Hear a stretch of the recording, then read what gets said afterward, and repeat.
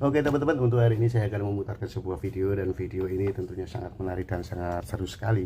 Untuk video ini berisikan tentang masalah atau kasusnya Hasto Kristianto. Nah, dan di sini sangat mengejutkan bahwa ini terkuaknya yaitu isi chat perintah Hasto Kristianto ke Harun Masiku untuk merendamnya HP. Nah,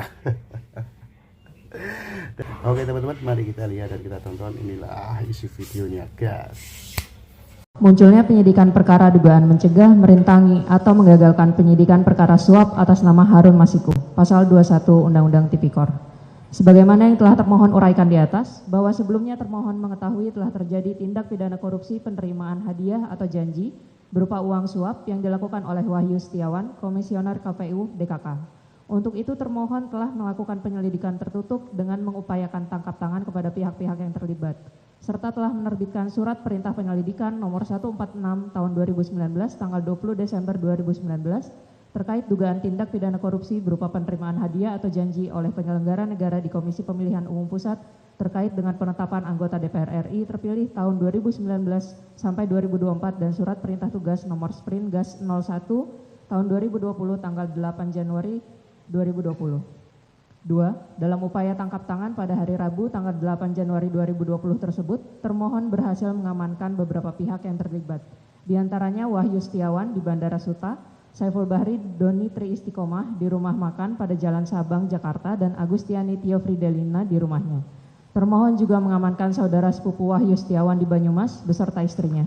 Selanjutnya termohon juga bergerak mengejar Harun Masiku dan Hasto Kristianto atau pemohon dengan maksud untuk mengamankan. 3. Pada hari yang sama, tanggal 8 Januari 2020, sore hari sekitar jam 16.00 WIB, Firly Bahuri, Ketua KPK, menyampaikan konferensi pers melalui media bahwa sedang dilakukan OTT KPK pada KPU. Padahal termohon belum sempurna melakukan tangkap tangan karena Harun Masiku dan Hasto Kristianto belum bisa diamankan.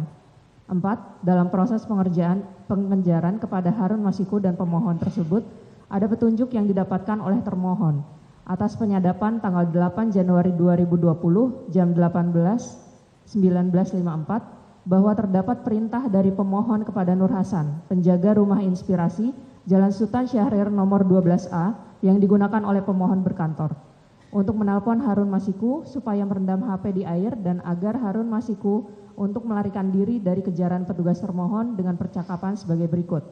M bilang, "Pak, ini ada amanat." Har bilang, "Ya." M bilang, "Bapak, handphonenya harus direndam di air, terus Bapak standby di DPP." Har bilang, "Ya, oke. Di mana disimpannya?" M bilang, "Direndam di air Pak." Har bilang, "Di mana?" M bilang, "Gak tahu deh saya. Bilangnya direndam aja." Har bilang, "Gini aja, Pak Hasan segera ini, itu kita ke itu. Ke apa namanya? Aduh." M bilang, "Halo Pak." Har bilang, "Naik motor aja Pak." M bilang, "Kemana?" Har bilang, "Itu yang rumah dekat samping di situ." M bilang, "Pinggir sini Pak, kali." Har bilang, "Ya, yang 20 itu." M bilang, "Ya Pak." Har bilang, yang nomor 10 itu, atau di DPP." M bilang, "Ketemuan di situ aja, soalnya di SS nggak ada orang Pak, saya nggak bisa tinggal." Har bilang, "Bapak di mana?" M bilang, "Bapak lagi di luar." Har bilang, "Bapak suruh kemana?" M bilang, "Perintahnya Pak Harun suruh standby di DPP, lalu handphonenya harus direndam di air." Har bilang, "Di mananya?" M bilang, "Terserah Bapak, apa saya mau rendemin apa gimana?" Har bilang, "Bapak meluncur sekarang, saya tunggu di dekat Tuku Umar, naik motor aja." M bilang, "Ya Pak." Har bilang, "Yang di pompa bensin dekat Hotel Sofyan." M bilang, "Oh, Cut Mutia." Har bilang, "Sekarang berangkat ya." M bilang, "Ya." Atas perintah pemohon tersebut, Harun Masiku menghilang dan kabur sampai dengan saat ini dan ditetapkan sebagai daftar pencarian orang atau DPO termohon. 5. Bahwa pada sekitar tanggal 8 Januari 2020 tersebut, tim termohon melakukan pengejaran kepada Harun Masiku yang melarikan diri ke Komplek Perguruan Tinggi Ilmu Kepolisian atau PTIK. Hal ini juga sama dilakukan pengejaran kepada pemohon yang ternyata menuju PTIK, di mana lokasi tersebut sama dengan posisi Harun Masiku. Pada saat petugas termohon membuntuti dan akan melakukan tangkap tangan, petugas termohon malah diamankan oleh beberapa orang atau tim lain yang diduga merupakan suruhan pemohon di PT IKA tersebut. Sekira pukul 20.00 WIB, tim termohon yang terdiri atas 5 orang ditangkap oleh segerombolan orang di bawah pimpinan AKBP Hendy Kurniawan, sehingga upaya tangkap tangan Harun Masiku dan pemohon tidak bisa dilakukan. Petugas termohon malah digeledah tanpa prosedur, diintimidasi dan mendapatkan kekerasan verbal dan fisik oleh Hendy Kurniawan DKK. Alat komunikasi dan beberapa barang milik petugas termohon tersebut diambil paksa, kemudian diminta keterangan sampai pagi jam 04.55 WIB. Bahkan petugas termohon dicari-cari kesalahan dengan cara dites urin narkoba, namun hasilnya negatif, dan baru dilepas setelah dijemput oleh Direktur Penyidikan termohon. 6. Setelah gagal menangkap tangan Harun Masiku dan pemohon, tim termohon menuju ke kantor DPP PDI Perjuangan untuk melakukan penyegelan ruangan, tetapi dihalangi oleh petugas keamanan. Kemudian tim termohon kembali ke gedung KPK untuk melaksanakan ekspos perkara tangkap tangan ini dengan pimpinan KPK dan struktural penindakan. Bahwa di dalam forum rapat ekspos, tim KPK yang melaksanakan OTT sudah memaparkan rangkaian peristiwa secara runut dan rinci, termasuk peran pemohon dalam konstruksi perkara tersebut. Tetapi pimpinan saat itu belum menyepakati menaikkan status pemohon sebagai tersangka karena menunggu perkembangan hasil penyidikan. Pimpinan KPK pada saat itu kemudian mengganti Satgas Penyidikan dengan Satgas Penyidikan lainnya.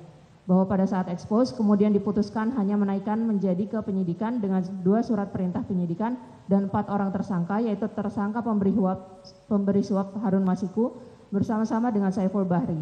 Sedangkan tersangka penerima suap adalah Wahyu Setiawan selaku komisioner KPU bersama-sama dengan Agustiani Tio Fridelina. Bahwa dalam hal ini Harun Masiku masih belum bisa diamankan karena melarikan diri. Selanjutnya KPK menerbitkan laporan kejadian tindak pidana nomor LKTPK 03 tahun 2020 tanggal 9 Januari 2020, laporan kejadian tindak pidana korupsi nomor LKTPK 04 tahun 2020 tanggal 9 Januari 2020, surat perintah penyidikan nomor Sprindik 07 tahun 2020 tanggal 9 Januari 2020, dan surat perintah penyidikan nomor Sprindik 08 tahun 2020 tanggal 9 Januari 2020. Bahwa pimpinan KPK telah mengganti tim penyidik yang menangani perkara ini dengan tim penyidik yang baru dan sejalan dengan perintah pimpinan KPK Firly Bahuri. Selain dari peristiwa tersebut, pada saat dilakukan pengambilan keterangan sebagai saksi setelah diterbitkannya surat perintah penyidikan, diketahui para pihak yang tertangkap tangan yaitu Saiful Bahri, Doni Tri Istiqomah, dan Agustiani Tio Fridelina melakukan diskusi bersama pada ruang musola dan tempat merokok lantai 2 gedung KPK Merah Putih dan merencanakan merubah keterangan yang sebelumnya menjelaskan secara detail terkait dengan peran pemohon dan asal uang 400 juta rupiah yang asalnya dari pemohon kemudian diubah. Hal ini diketahui oleh Wahyu Setiawan yang pada saat itu juga ikut mendengarkan diskusi. 8. Bahwa 1 hari setelah dilakukan tangkap tangan oleh termohon, yaitu pada tanggal 9 Januari 2020, Simeon Petrus yang merupakan tim hukum PDI Perjuangan dan juga menjadi lawyer dari Tio, menghubungi Daniel Masiku melalui pesan WhatsApp dan meminta Daniel Masiku untuk menjadi kuasa hukum Harun Masiku. 9. Beberapa hari setelah proses OTT tersebut, Ketua KPK Firly Bahuri mengembalikan penyidik KPK Rosa Purbobekti ke Mabes Polri dengan berbagai alasan walaupun masa dinas belum berakhir. Kemudian KPK menerbitkan DPO Harun Masiku 17 Januari 2020 dan Red Notice pada tanggal 16 Juli 2021. 10. Bahwa KPK menerbitkan sprindik tambahan pada tanggal 5 Mei 2023, kemudian tim penyidik termohon yang baru melakukan pendalaman dengan akan memeriksa Wahyu Setiawan di Lapas Kedung Panes Semarang. Ternyata Wahyu sudah bebas PB sehingga diputuskan untuk dilakukan penggeledahan pada tanggal 12 Desember 2023 di rumah Wahyu Setiawan, Desa Gemuruh, RT 2 RW 9, Kecamatan Bawang, Banjarnegara, Jawa Tengah. Setelah digeledah, anaknya Wahyu Setiawan mendatangi Simeon Petrus di Jakarta untuk melaporkan penggeledahan dimaksud. 11. Bahwa dari penggeledahan oleh penyidik termohon di rumah Simeon Petrus pada tanggal 23 April 2024 yang bertempat di rumah dengan alamat Perum Taman Kenari Jagorawi, Blok 7A nomor 16-17, RT 001 RW 011, Kelurahan atau Desa Puspasari, Kecamatan Citerap, Kabupaten Bogor, Provinsi Jawa Barat, diketahui bahwa Simeon Petrus aktif berkomunikasi dengan pemohon. Di antaranya sejak setelah dilakukan tangkap tangan oleh termohon, pada tanggal 8 Januari 2020, pemohon beserta tim hukumnya yang salah satunya bernama Simeon Petrus berupaya mengendalikan jalannya perkara dengan membentuk tim hukum yang sama dan terkoneksi pada tersangka pemberi dan penerima. Bahkan Simeon Petrus pada tanggal 9 Januari 2020 meminta Daniel Masiku untuk menjadi pengacara Harun Masiku, padahal pada saat itu diketahui Harun Masiku melarikan diri. Bahwa pada handphone milik Simeon Petrus tersebut menyampaikan sedang sibuk mengurus KPK dan amankan pemohon, dalam hal ini dari penyidik termohon. Bahwa terdapat percakapan pada handphone milik Simeon Petrus dengan rekannya yang menerangkan jika Saiful Bahri tersangka KPK akan loyal dan pasang badan pada perkara dimaksud. Hal ini dipahami adalah untuk melindungi pemohon dari jeratan kasus korupsi. 12. Bahwa atas beberapa bukti petunjuk tersebut, untuk mencari keberadaan Harun Masiku, kemudian penyidik termohon melakukan pemanggilan terhadap diri pemohon tanggal 10 Juni 2024 yang pada saat dilakukan pemeriksaan saksi, penyidik KPK berhasil menyita handphone dan beberapa barang lainnya yang diduga memiliki hubungan dengan perkara yang ditangani. Bahwa pada handphone milik pemohon tersebut, penyidik termohon menemukan rekaman suara pemohon dengan beberapa pihak yang diantaranya adalah Yanuar Prawira Wasesa, tim PHPDIP, yang mengurus PB terdakwa Wahyu Setiawan, dan menemui Daniel Masiku setelah penggeledahan.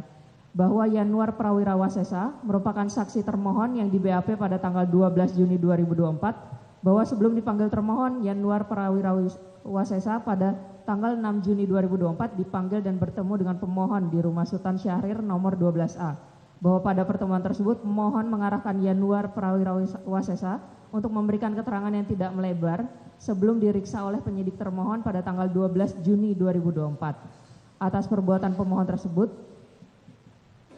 penyidik dan pencarian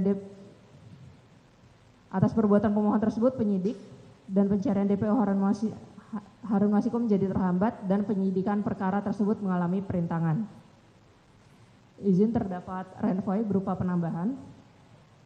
Angka 12A bahwa pada tanggal 6 Juni 2024 sebelum dilakukan pemeriksaan saksi oleh KPK, pemohon Hasto Kristianto memerintahkan Kusnadi untuk menenggelamkan handphone supaya tidak ditemukan oleh KPK. 13. Bahwa berdasarkan uraian fakta penyidikan tersebut di atas, patut disimpulkan peran pemohon dalam perkara tindak pidana Akwo sebagai berikut.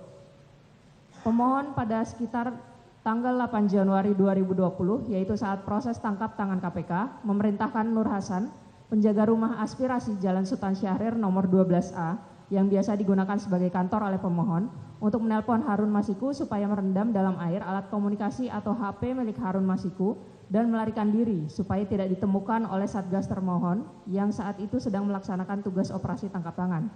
Bahwa kemudian sejak perintah pemohon tersebut, Harun Masiku menghilang dan menjadi DPO termohon hingga saat ini, sehingga penyidikan guna mengungkap dan menyeret pelaku tindak pidana korupsi menjadi terintangi. Pemohon pada sekitar tanggal 8 Januari 2020 tersebut, yang juga dengan Harun Masiku melarikan diri dan bersembunyi di Kompleks Sekolah Polri Perguruan Tinggi Ilmu Kepolisian atau PTIK, dari kejaran petugas KPK yang sedang melaksanakan tugasnya. Pemohon dan Harun Masiku dengan dibantu oleh Hendy Kurniawan DKK sengaja menghalangi dan mencegah petugas termohon sehingga tujuan pelaksanaan OTT tidak tercapai. Petugas termohon sempat disekap beberapa jam di PTIK atas hal tersebut. Pemohon pada sekitar tanggal 6 Juni 2024, yaitu sebelum dilakukan pemeriksaan saksi oleh termohon, memerintahkan Kusnadi untuk menenggelamkan HP supaya tidak ditemukan oleh termohon. Bahwa atas beberapa bukti petunjuk untuk mencari keberadaan Harun Masiku, kemudian penyidik termohon melakukan pemanggilan terhadap pemohon tanggal 10 Juni 2024, yang pada saat dilakukan pemeriksaan saksi, penyidik termohon berhasil menyita handphone dan beberapa barang lainnya yang diduga memiliki hubungan dengan perkara yang ditangani. Atas penyitaan barang tersebut, penyidik dilaporkan ke Dewan Pengawas KPK, Komnas HAM, Bareskrim Polri, Polda Metro Jaya, Propam Polri, gugatan perdata pada Pengadilan Negeri Jakarta Selatan.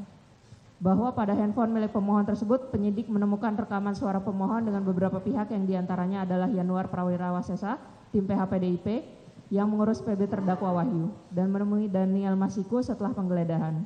Bahwa Yanuar Prawira Wasesa merupakan saksi termohon yang di BAP pada tanggal 12 Juni 2024, bahwa sebelum dipanggil termohon, Yanuar Prawira Wasesa pada tanggal 6 Juni 2024 dipanggil dan bertemu dengan pemohon di Rumah Sultan Syahrir nomor 12A, bahwa pada pertemuan tersebut pemohon mengarahkan Yanuar Prawira Wasesa untuk memberikan keterangan yang tidak melebar sebelum diperiksa oleh termohon pada tanggal 12 Juni 2024. Atas perbuatan pemohon tersebut, penyidik dan pencarian DPO Harun Masiku menjadi terhambat dan penyidikan perkara tersebut mengalami perintangan. 14. Bahwa dari fakta yang telah termohon uraikan dalam kronologi di atas, patut diduga pemohon telah memenuhi unsur tindak pidana sebagaimana dimaksud dalam pasal 21 Undang-Undang 31 tahun 99 dan seterusnya. Junto pasal 55 ayat 1 ke 1 KUH pidana yang berbunyi, setiap orang yang dengan sengaja mencegah, merintangi atau menggagalkan secara langsung atau tidak langsung penyidikan, penuntutan dan pemeriksaan di sidang pengadilan terhadap tersangka dan terdakwa ataupun para saksi dalam perkara korupsi dipidana dengan pidana penjara paling singkat 3 tahun dan paling lama 12 tahun dan atau denda paling sedikit 150 juta rupiah dan paling banyak 600 juta rupiah. Oke, terima kasih teman-teman yang sudah menonton videonya. Itulah isi videonya. Gimana menurut teman-teman? Apabila teman-teman ada pendapat atau ada saran, silahkan komen di kolom komentar. Sampai jumpa di video selanjutnya. Selamat beraktivitas, sampai jumpa.